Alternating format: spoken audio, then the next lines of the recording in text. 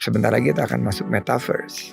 Oh, Nah, di sini wow. juga ada Mas Menteri. lapangan kerja baru yang berkualitas. So it's all about giving the right experience, the best experience towards our customer.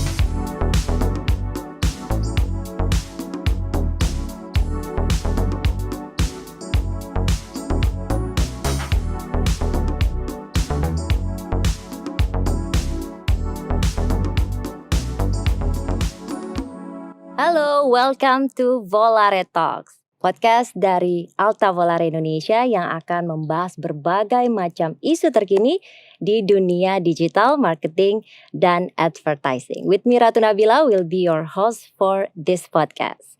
Dengan adanya pandemi COVID-19, hal ini pastinya berpengaruh besar sekali terhadap berbagai industri dan terutama di industri pariwisata dan ekonomi kreatif di Indonesia. Dan sudah lebih dari 2 tahun terakhir adalah suatu tantangan besar untuk para pelaku industri ini. Digital bisa dibilang salah satu kabar baik untuk sektor pariwisata dan juga ekonomi kreatif agar bisa tetap bertahan dan terus berkembang di tengah pandemi ini.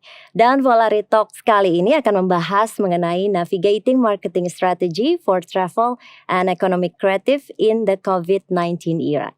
Dan sudah bersama saya hari ini the one and only Mr. Sandiaga Uno, Minister of Tourism and Creative Economy. Halo Mas Menteri. Halo, apa kabar Gimana Putri kabarnya? Nabila? Terima kasih udah mengundang kami di Ratu sini. Nabila Mas Menteri. Sekarang udah naik. Tadinya Putri loh. Waktu Saya awal Ratu kenal loh. Putri, sekarang udah Iya. kelas jadi Ratu ya. Mas Menteri ini pasti abis keliling ya. Aku lihat Iya. keliling-keliling terus. Harusnya sehat dan punya Amin, ini ya, mudah-mudahan. harus jaga terus ya biar tetap sehat. Dan gitu salah ya. satu untuk tetap sehat kita harus mulai dengan pantun dulu. Oh, Pergi ke ini sungai khasnya nih, menangkap kepiting. Cakep, cakep. Kepiting dimasak di dalam panci. cakep, Bangkitkan parekraf dengan strategi digital marketing. cakep. Ciptakan inovasi dan bangkit lebih kuat. Cakep. Luar Luar biasa. biasa. Aduh, aku nggak siapin pantun nih Nggak Mas Menteri. Mungkin nanti Nanti kalau ada di ide ujung ya. aku kasih pantun lagi. Oke. Dan yang kedua narasumber kita hari ini ada Mas Pradana selaku Chief Operating Officer Volare Advertising Network. Iya. Apa kabar Mas Pradana? Kabar baik. Pastinya juga harus sehat karena nih kayaknya sibuk banget nih ya. Lumayan arahan-arahan yang- harus berusaha menyibukkan diri di tengah pandemi inilah. Iya dong, harus Yes. tetap kreatif Yes, gitu tetap ya. kreatif dan sebagainya. Semoga Ratu Nabila juga baik juga ya. Baik dong, Siap. sehat, semangat banget apalagi ketemu dengan tokoh-tokoh yang inspiratif dan juga kita mau ngobrol hari ini tentang marketing, digital dan juga advertising. Oke, langsung aja Mas Menteri. Kalau aku lihat nih ya dari kemarin atau dari setahun belakangan ini kan sejak pandemi melanda gitu banyak sekali hal-hal yang membatasi kita dan sekarang sudah mau mulai bangkit, kemudian juga banyak sekali campaign dari pariwisata ini yang membuat saya juga wow gitu. Ini ya benar-benar kita bisa wisata tapi sedang pandemi gitu. Nah, sebenarnya tujuan ataupun target utamanya dari Mas Menteri ini apa sih? Ya, pertama tentunya kita bersyukur ya. Setelah 2 tahun ini kita sangat prihatin, pariwisata dan ekonomi kreatif mulai menggeliat, mulai bangkit kembali. Masyarakat parekraf ini masyarakat yang tangguh, mereka mulai bisa menggeliat lagi dan mulai ekonominya meningkat.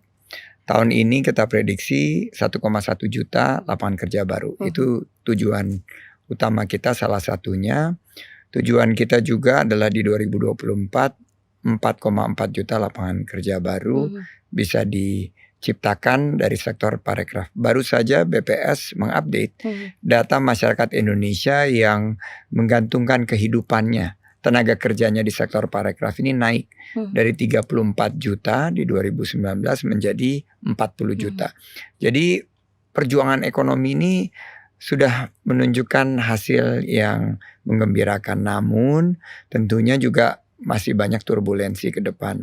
Ada varian baru, ada inflasi, harga bahan pokok meningkat.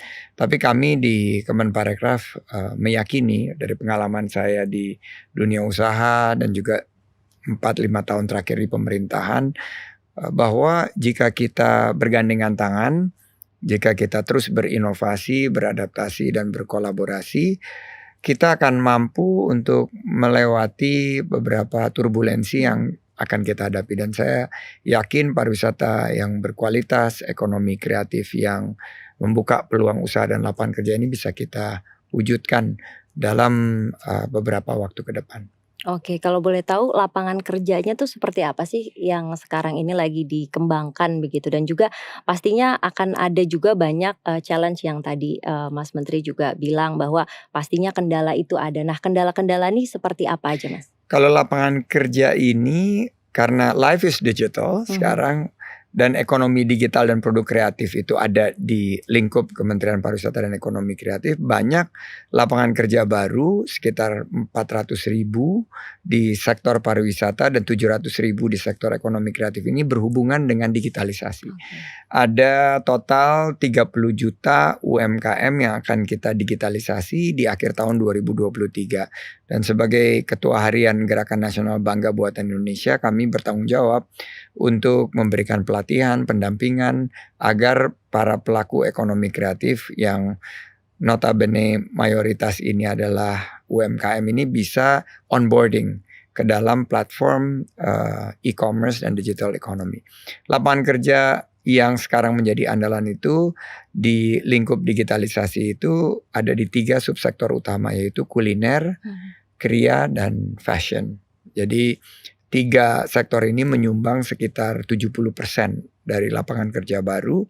Dan di pariwisata ini tetap masih hotel, restoran, kafe. Namun sekarang banyak sekali lapangan kerja baru yang berkualitas seperti ecotourism, seperti sports tourism, desa-desa wisata, pemandu-pemandu yang bisa membawa wisatawan ini untuk menikmati nature and culture.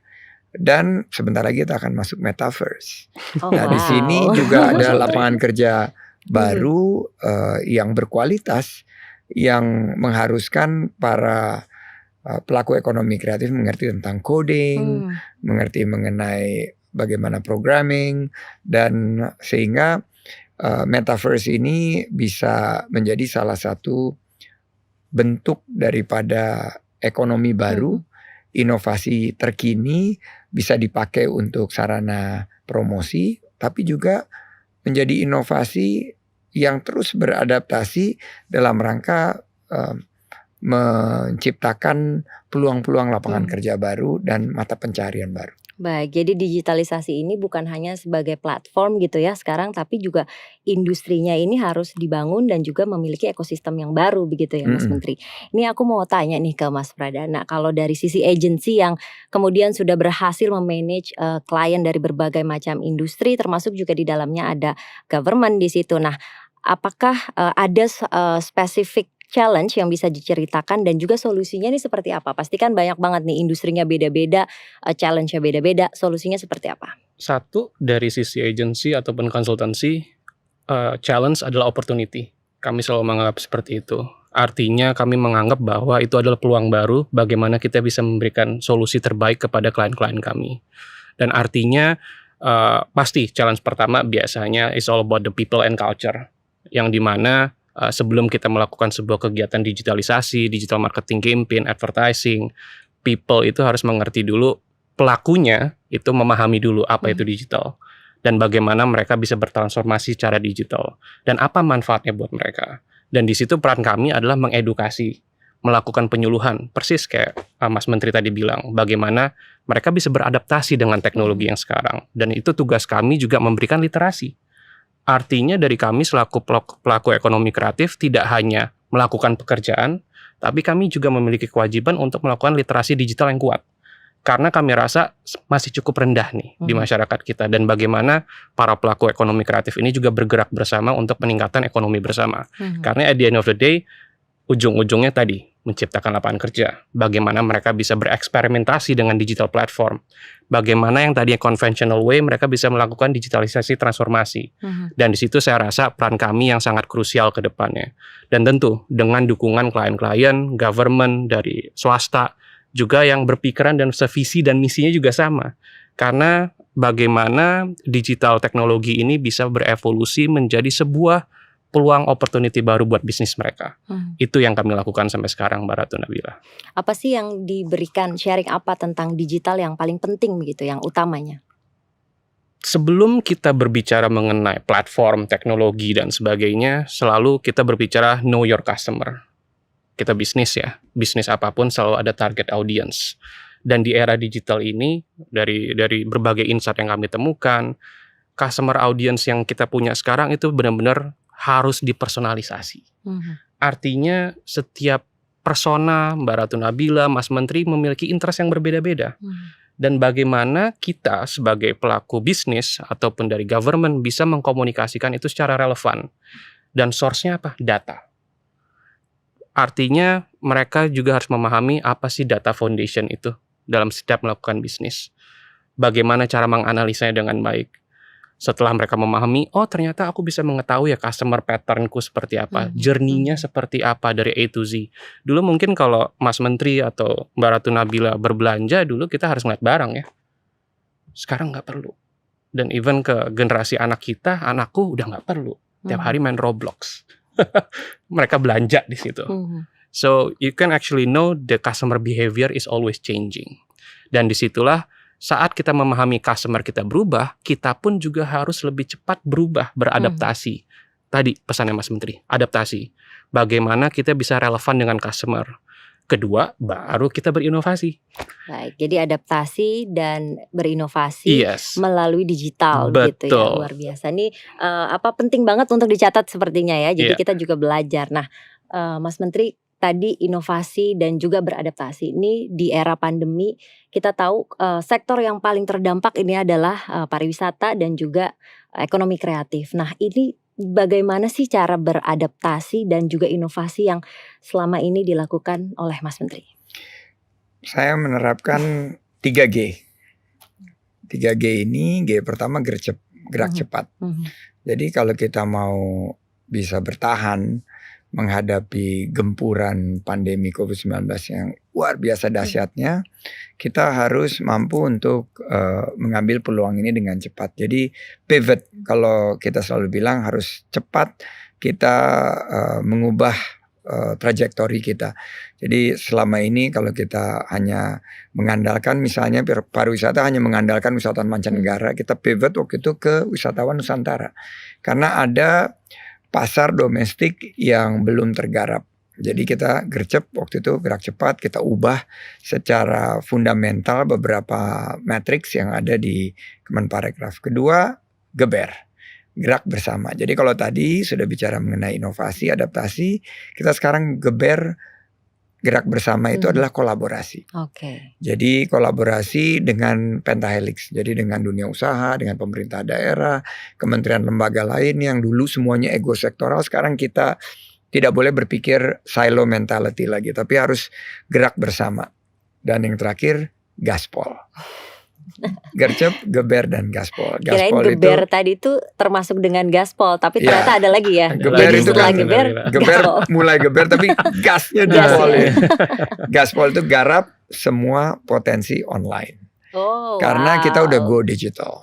Jadi tadi betul yang Mas Dana udah sampaikan bahwa sekarang setiap lini kehidupan kita semua sudah terdigitalisasi. Hampir tidak ada yang tidak terdigitalisasi. Dan tugas Kemenparekraf ini yang membantu memberikan fasilitasi agar para pelaku masyarakat pariwisata dan ekonomi kreatif ini masuk ke digitalisasi. Jadi tadi inovasi, adaptasi, kolaborasi, dan 3G, gercep, geber, dan gaspol. Nah saya lihat nih bahwa sekarang pasca pandemi ini ada tatanan ekonomi baru.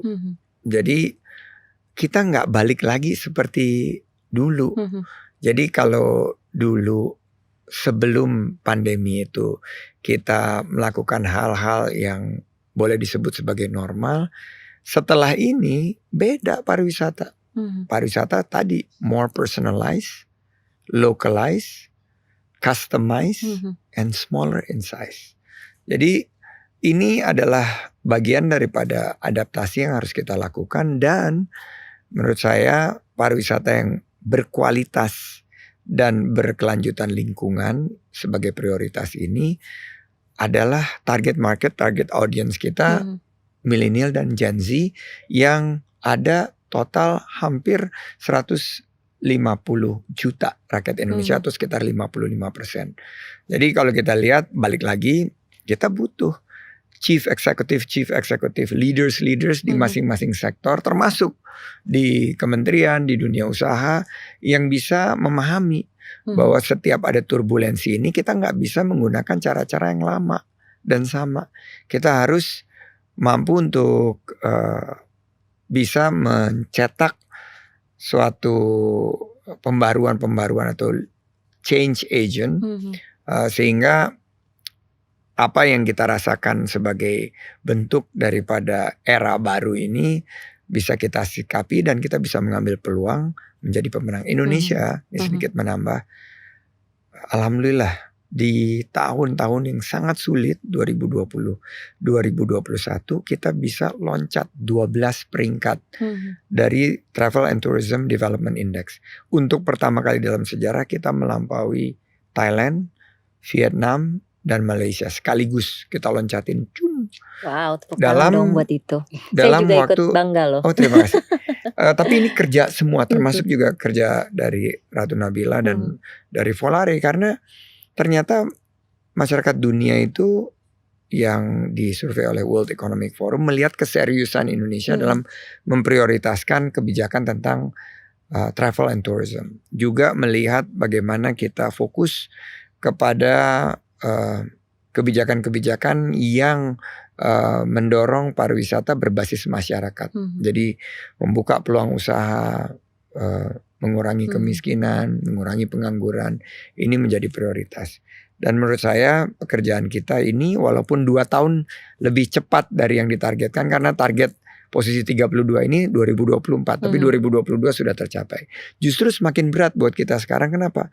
Bukan hanya kita harus mempertahankan, tapi kita harus terus memperbaiki sehingga hasilnya akan lebih dirasakan oleh masyarakat Indonesia dengan peningkatan ekonomi dan peningkatan penghasilan mereka. Oke, jadi sudah terbukti ya apa yang adaptasi dan inovasi itu terbukti menghasilkan sebuah prestasi gitu ya, dan kita juga berhasil keluar dari belum keluar tapi paling tidak naik peringkat daripada negara-negara lain dalam hal ini gitu, dalam hal pariwisata dan juga ekonomi di dalam negeri gitu ya. Kita masih kuat lah ekonomi kita di dalam negeri. Dan sedikit menambahkan mungkin itu sangat menarik dari poin Mas Menteri. Itu sangat valid saat kita memiliki mindset yang bersifat adaptif sama kondisi. Banyak di dunia kita, terutama marketing, advertising itu namanya A/B testing. So it's always about test and learn sebenarnya secara fundamental. Tidak pernah ada absolute namanya this is the only way. So we as a business owner atau industry leader itu harus bermindset bahwa semua market yang akan kita tuju, kita harus tes. Apakah this is the right approach? Apakah ini bukan? Dan dengan mindset seperti itu artinya tadi yang seperti Mas Menteri sampaikan, pivot itu selalu jadi mindset kita. Kalau this thing doesn't work, and then we need to go the other way, which is A/B testing tadi. Dengan mindset itu makanya digital itu selalu naik. Karena mindset kita adalah bukan always, oh ini menurut saya bagus. Bukan, biarkan market yang berbicara dari data tadi, Mbak Ratu Nabila. Let's say kita membuat satu konsep, proof of concept, tapi di situ pun kita memiliki beberapa hipotesa. Saat hipotesa komunikasi itu berjalan, ketahuan by data kalau di digital. Apakah works, apakah direspon, apakah tidak. Dan mindset seperti itulah yang fundamental sekali. Balik ke pertanyaan Mbak Nabila tadi, apa sih challenge terbesar? People. Karena people need to adapt. Mindsetnya harus benar-benar agile, cara bekerjanya benar-benar adaptif dengan customer. Kadang-kadang kalau kita ngeliat brand atau apapun industri itu kadang-kadang, oh aku maunya kayak gini karena ini maunya aku. You cannot evolve by that mindset. Karena customer adalah, bisa aku bilang sekarang customer centric. Setiap langkah kita ditentukan oleh customer kita. Dan customer kita siapa? Tadi millennials, Gen Z, yang dimana 50% lebih mereka. Indonesia pengguna sosial media terbesar, top 3 di dunia dari berbagai platform. Jadi itulah peluangnya. Sekarang kalau kita mau beli sesuatu, lagi ada yang live streaming, kita bisa beli. Siapa yang imagine itu setahun lalu? Dan itu patternnya berubah teman-teman. Dan artinya bagaimana kita tetap adaptif dan selalu mempunyai mindset tadi, A/B testing, test and learn. Jadi ini sebenarnya digital era ini tuh mempermudah sekali begitu ya. Sangat. Mungkin bagi orang-orang yang harus gercep tadi gitu ya. Oh, ini kita harus pelajari tapi dengan sesuatu yang benar gitu ya. Ya. Gimana caranya? Ada tipsnya nggak untuk gimana nih kita mau adapt di dunia digital yang benar kemudian juga yang on point gitu. Kalau dari agensi dulu silakan Mas Pradana. Kembali kepada customer, aku selalu ke sana. Jadi know your target audience, bagaimana behavior mereka, bagaimana customer journey mereka. Kita kasih konteks travel and ekonomi kreatif. Kita tahu patternnya. Oh, ternyata based on the latest insight bahwa mereka lebih memilih prefer staycation due to regulation dan sebagainya. Once we did that, campaign staycation, emang jalan-jalan di Indonesia aja, we prove something kan. Ternyata mereka bergerak. Artinya ada pergerakan pariwisata Nusantara yang di-move oleh campaign sebesar itu. Artinya adalah kita selalu berpegang teguh pada latest insight Mbak Ratu Nabila, dan kita selalu berpegang teguh kepada reaksi customer tersebut. Seberapa cepat kita bisa dapat reaksi tersebut? Social media komen kan banyak sekali. Kita bisa menganalisa positif sentimen kah, negatif sentimen kah, netral kah, dan apa pendapat mereka tentang movement tersebut. Itu semua yang jadi acuan sebuah brand untuk bertindak atau melakukan strategi komunikasi secara digital. Jadi kalau kita bisa seperti ada proses, it's always about the data foundation. Kita meng-create insight dari situ, dari insight itu menjadi sebuah action, and then we test and learn. Nanti balik lagi Mbak Ratu ke data. Karena setiap minggu kampanye itu berubah. Itu yang Mas Menteri juga lakukan dan timnya. Kita memang tugasnya salah satu. Memang kalau dilihat digitalisasi ini membuat kita jauh lebih mudah. Tapi untuk yang mendapat akses terhadap digitalisasi itu sendiri. Jadi pemulihan ini seperti kita sebutnya K-curve recovery atau menyerupai huruf K. Jadi ada yang sudah terdigitalisasi, dia recovery-nya cepat sekali, akan kembali pulih. Tapi ada yang belum terdigitalisasi, akhirnya mereka semakin sulit untuk bersaing dan semakin terpuruk. Tugas pemerintah harus mampu mengangkat masyarakat yang belum mendapatkan kesempatan masuk ke dalam ekosistem ekonomi digital ini untuk masuk ke dalam ekonomi digital. Itu satu. Tapi nomor dua, pemerintah juga harus mampu untuk membuka peluang dengan fasilitasi seperti program-program yang langsung menusuk kepada jantung permasalahan desa-desa kita yang banyak sekarang menghadapi permasalahan naiknya harga bahan pokok, krisis pangan, krisis energi yang ada ini, supaya mereka tertransformasi dan bisa melalui kebijakan-kebijakan pariwisata dan ekonomi kreatif, mereka bisa untuk justru menghadirkan solusi bagi permasalahan pangan dan permasalahan energi. Dan tadi saya bilang bahwa gercep iya, geber harus, gaspol mudah-mudahan. Tapi menurut saya akhirnya balik lagi kalau bicara people, dan kita G20 Tourism Working Group ini memilih people-centered recovery. Jadi balik lagi ke manusia. Nah kalau manusia itu etos kerja. Jadi saya selalu menanamkan ada 4 etos kerja. Saya sebutnya kerja 4As. Kerja keras. Semua yang mau sukses harus kerja keras. Kedua, kerja cerdas. Ketiga, kerja tuntas. Jadi you finish what you start. Jangan pernah setengah-setengah. Selesaikan tugas. Dan terakhir, kerja ikhlas. Nah ini yang menurut saya jadi PR kita bersama. Saya melihat ya bahwa 1,1 juta lapangan kerja bisa kita wujudkan tahun ini. Tantangannya di 2024 dengan mentalitas seperti tadi, seorang chief, mau itu chief operating officer, chief executive officer, mau dia seperti kita sebagai chief. Kalau Kemenparekraf ini kan seperti chief marketing officer of the country ya, bukan hanya destinasi wisata. Ya. Betul. Branding. Jadi kita mesti hampir setiap isu, misalnya ada SCBD, Betul. Sudirman, Citayam, Wah, luar biasa itu, Mas. Depok, geng ini kita harus membantu gitu, inovasi cepat kesana. untuk mengambil satu narasi di mana, hey pemerintah hadir, Betul. Ya. kita berikan solusi kepada mereka ini supaya mereka nggak hanya menjadi one hit wonder Iya. gitu loh. Betul. Tapi mereka punya kekuatan. Makanya saya selalu bilang bahwa tugas kita di kementerian itu selain daripada program yang punya anggaran, kita harus hadir, kita harus memberikan fasilitasi, dan kita memberikan apresiasi bagi masyarakat. Dan kalau yang belum bisa untuk masuk ke dalam pemulihan ini, kita harus berikan mereka motivasi. Mungkin itu juga jadi bisa mengurangi social gap gitu ya, di antara ya mungkin kalau kita lihat di kota gitu ya dengan di urban atau di desa itu kan gapnya masih terlalu jauh. Tapi dengan digital ini juga itu semua jadi terbuka, dan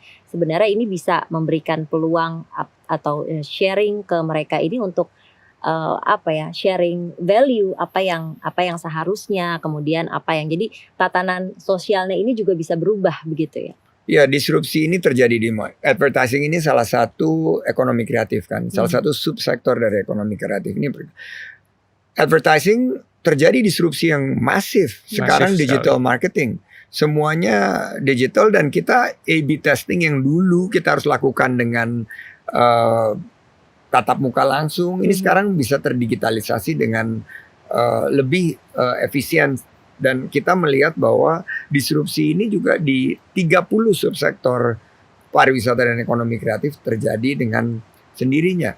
Tujuan kita untuk memastikan mata pencarian yang stabil itu bisa diberikan kepada Gen Z tadi. Karena percuma bonus demografi itu kalau mereka nggak punya lapangan kerja.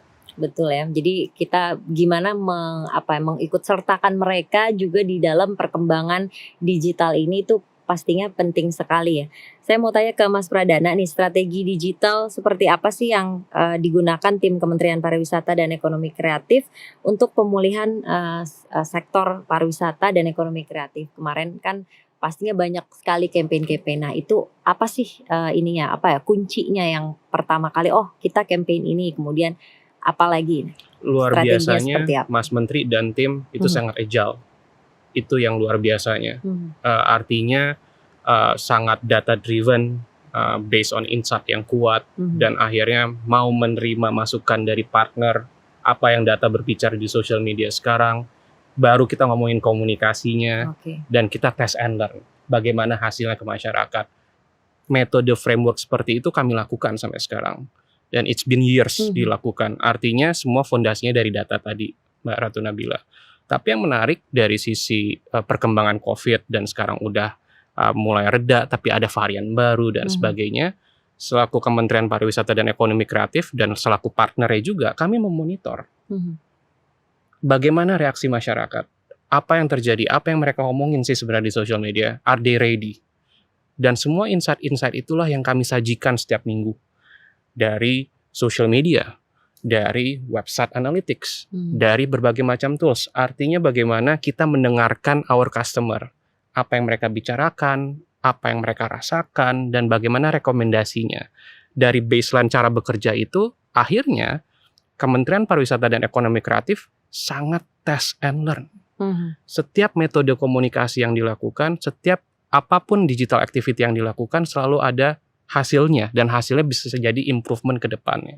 Dan itulah yang sampai sekarang metode cara kerja dilakukan.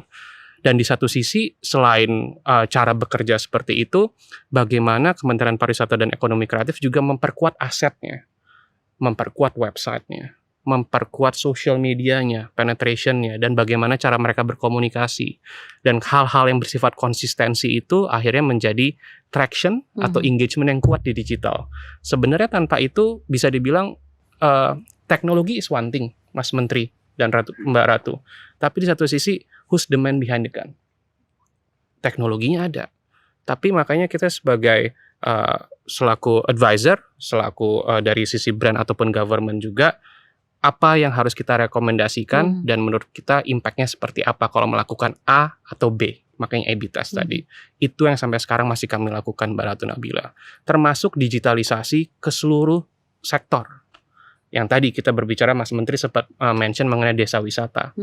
Ini case real yang dimana sebenarnya kalau secara pelaku ya Mas Menteri kita lihat kan ada beberapa yang masih mungkin belum terlalu terdigitalisasi. Tapi Kementerian Pariwisata dan Ekonomi hadir memberikan sebagai fasilitator mungkin kata tepatnya, menyediakan platform di dalam websitenya Indonesia.travel yang diisi oleh para pelaku desa wisata. Artinya kita membantu untuk mereka men-showcase fotonya, harganya, dan cara kesana gimana sih, customer journey ya. Jadi semua content foundation itu akhirnya dipromosikan oleh Kementerian Pariwisata dan Ekonomi Kreatif untuk calon wisatawan ya. Mau itu Wisnus ataupun Wisman, Kemenparekraf sudah hadir. Dan role fasilitator ini sangat krusial menurut saya. Yang artinya bagaimana Kemenparekraf sudah hadir untuk memfasilitasi para travel vertikal ataupun ekonomi kreatif vertikal. Itu baru satu sampel. Tapi tidak lupa juga bagaimana Kemenparekraf juga mengintegrasikan semua subsektor tadi. Jadi kalau kita masuk ke website Kemenparekraf, ada semua. OTA sudah terintegrated, airline sudah terintegrated, berbagai macam hotel juga sudah terintegrated. Saat user masuk ke dalam, mereka nggak perlu lagi nyari, aku harus pindah website, aku harus pindah. Semua sudah ada di sana ya, sudah di showcase. So you can actually, which one do you want to go? Partner mana yang mau kamu lihat? Sehingga Kemenparekraf bisa ngelihat setiap minggunya berapa banyak sih Mas Dana yang akhirnya pergi ke partner A, airline A. Kita bisa tahu datanya. Berapa banyak sih Mas Dana yang akhirnya mesen Jakarta, Bali buat bulan depan. Itu semua bisa kita track. That's the beauty of digital ya, Mas Menteri dan Mbak Ratu Nabila. You can measure everything. But data is one thing. When we're talking about data, too much data kadang-kadang overwhelm. Tapi mana data tugas kami, mana data yang paling relevan buat digunakan dalam konteks sekarang. Dan itu yang kami lakukan sampai sekarang kepada teman-teman Kemenparekraf. Jadi harus jeli juga gitu ya, gimana cara mengolah data tersebut, apa yang nanti disajikan, strategi apa yang mau diambil. Jadi memang itu cukup kompleks gitu ya, harus menjahit begitu ya, kalau bisa dibilang menjahit. Jadi ambil ini, ambil itu, kita melakukan strategi ini. Oke, kalau kita berbicara lagi mengenai digital, kemudian teknologi. Nah, ini ada kata-kata baru nih yang kemudian juga menjadi viral kemarin dan juga banyak dibicarakan oleh masyarakat, yaitu metaverse. Nah, ini boleh tahu nggak nih sebenarnya apa sih yang mau dilakukan oleh Kemenparekraf sendiri terhadap aset-asetnya dari Parekraf dan juga ekonomi kreatif mengenai hubungannya dengan metaverse? Salah satu yang menjadi buzz atau yang menjadi buah bibir di masyarakat beberapa tahun terakhir ini adalah metaverse, dan sebetulnya augmented reality, terus virtual reality ini sudah menjadi bagian dari pariwisata dan ekonomi kreatif. Sekitar 10 tahun yang lalu saya pernah melihat produk di mana kita bisa tour di Yerusalem misalnya, tanpa harus ke sana dengan teknologi sejenis augmented reality. Nah, sekarang dengan teknologi semakin berkembang, metaverse ini menjadi inovasi yang sangat nyata untuk membantu paling tidak mendorong promosi dan marketing dengan cara baru. Bayangkan saja kalau misalnya kita bisa mendapatkan pengalaman yang lebih bernilai tambah jika misalnya ke Labuan Bajo, kita sudah di Labuan Bajo dan kita bisa mendapatkan pengalaman untuk mengunjungi setiap destinasi wisata di sana dengan melalui platform metaverse. Karena mungkin kita hanya bisa datang ke 1-2 lokasi, tapi kita pengen tahu yang lain dengan aura masih ada di Labuan Bajo. Malah ada beberapa kemampuan metaverse untuk menawarkan gaming, yaitu gamifications atau gamifikasi daripada pengetahuan yang harus kita dapat mengenai pariwisata itu. Jadi kami sekarang lagi mempersiapkan bareng Mas Dana ini. First ini adalah teknologi augmented reality dan virtual reality untuk mempromosikan destinasi-destinasi pariwisata baru Indonesia dan sentra-sentra ekonomi kreatif yang kita miliki. Karena tadi selain desa wisata kita punya program yang super keren. Tahun ini kita roadshow ke 16 kota-kota untuk menggait UMKM pelaku ekonomi kreatif mereka, mulai dari fashion, kriya, aplikasi dan lain sebagainya untuk di showcase di G20. Kita bisa menampilkan produk-produk ini. Dan siapa tahu kan kayak produk tas mereknya misalnya Gucci dijual di metaverse bisa lebih mahal NFT-nya daripada tas realnya yang ada di, nggak tahu kalau Ratu mau nggak beli yang NFT tas. Saya masih lebih suka yang real. Yang real. Nah tapi sudah mulai banyak yang beli yang NFT-nya. NFT-nya. Jadi calon wisatawan akan merasakan sensasi berwisata di Indonesia dengan versi metaverse. Dan ini kita ingin hadirkan sebagai nilai tambah dari pariwisata era baru yang berkualitas dan mudah-mudahan lebih berkontribusi terhadap kelestarian lingkungan. Kita juga punya carbon footprint kalkulator untuk mengurangi emisi karbon kita. Jadi produk-produk ini nanti akan kita kembangkan dan kita akan promosikan melalui metaverse. Jadi lengkap begitu ya kalau kita melihat nanti di augmented reality, kemudian virtual reality. Nah itu bisa lihat apa saja sih yang dimiliki oleh Indonesia begitu, tempat-tempat bagus apa. Malah setelah itu mungkin langsung datang ke destinasinya begitu Nah kan. di situ nanti ada ininya, tinggal ada click and toggle. Jadi kalau mereka tertarik, klik terus ada paket-paket yang udah ditawarkan. Jadi kalau saya mau tuh coba. Boleh. Nanti kita ngerasain banget gimana datang ke satu destinasi dan kita dihadirkan suatu promosi yang real banget, serasa real, metaverse. Dan mudah-mudahan ini juga akan mendorong peningkatan kepulihan pariwisata kita, lapangan kerja juga akan tercipta, penghasilan masyarakat akan meningkat, sehingga tantangan ekonomi yang kita hadapi sekarang ini seperti harga-harga bahan pokok yang lagi naik, biaya hidup yang semakin berat, ini bisa tersolusikan dengan peningkatan penghasilan masyarakat. Saya punya pengalaman itu karena waktu di dunia usaha juga membangun dari boleh dibilang titik yang sangat rendah sebagai usaha kecil, tapi dengan inovasi, adaptasi, kolaborasi seperti yang saya hadapi di Kementerian Pariwisata Ekonomi Kreatif ini, bekerja sama dengan berbagai pihak. Sekarang kita mulai mampu untuk menciptakan peluang usaha dan lapangan kerja. Di dunia usaha saya alhamdulillah bisa menciptakan 30.000 lapangan kerja. Di dunia usaha sekarang pindah ke pemerintahan, target 4,4 juta lapangan kerja baru di tahun 2024 ini yang sekarang menjadi target utama kita beberapa tahun ke depan. Amin. Ini tentunya juga metaverse menjadi satu tools baru begitu ya di dunia advertising juga ya. Ya betul sekali. Sesuai pendapat Mas Menteri tadi sangat valid. Itu buzzword ya Mas Menteri beberapa tahun terakhir. Sebenarnya saat kita memahami apa sih konsep metaverse, sebenarnya adalah virtual space yang dimana mempertemukan kita dengan orang lain secara online. Di dunia gaming udah terjadi dari dulu. Tapi saat ini dengan buzzword tersebut, para entity, para brand, para government berlomba bagaimana menghadirkan metaverse experience ke masing-masing target audiensnya. Dan kalau saya men-track back dari customer journey seorang traveler atau ekonomi kreatif, kita selalu ada 3 fase. Dari pre-travel, travel, and post-travel. So when we're talking about metaverse, kita fokus tuh di pre-travel. Kita fokus di dreaming, orang bermimpi. Sebelum dia ke Indonesia, yuk ke dunia lain kita, which is di Wonderverse Indonesia. Dia bisa menyaksikan berbagai macam keindahannya via tools baru, aset baru. Dia masih bermimpi. Dia bisa researching, masih di pre-travel. Dia nge-research, tadi Mas Menteri bilang. Dia mau kemana ya? Apa yang harus aku lakukan? Dulu patternnya mungkin kita nyari, pantai mana yang terbaik di Indonesia dan sebagainya. Itu kita sajikan dengan experience yang berbeda di metaverse. Baru ke booking, masih pre-travel nih. Dia belum ngapa-ngapain, masih pre-travel. Artinya fase ini di mana metaverse itu menjadi peranan penting untuk promosi, meningkatkan dreaming seorang traveler.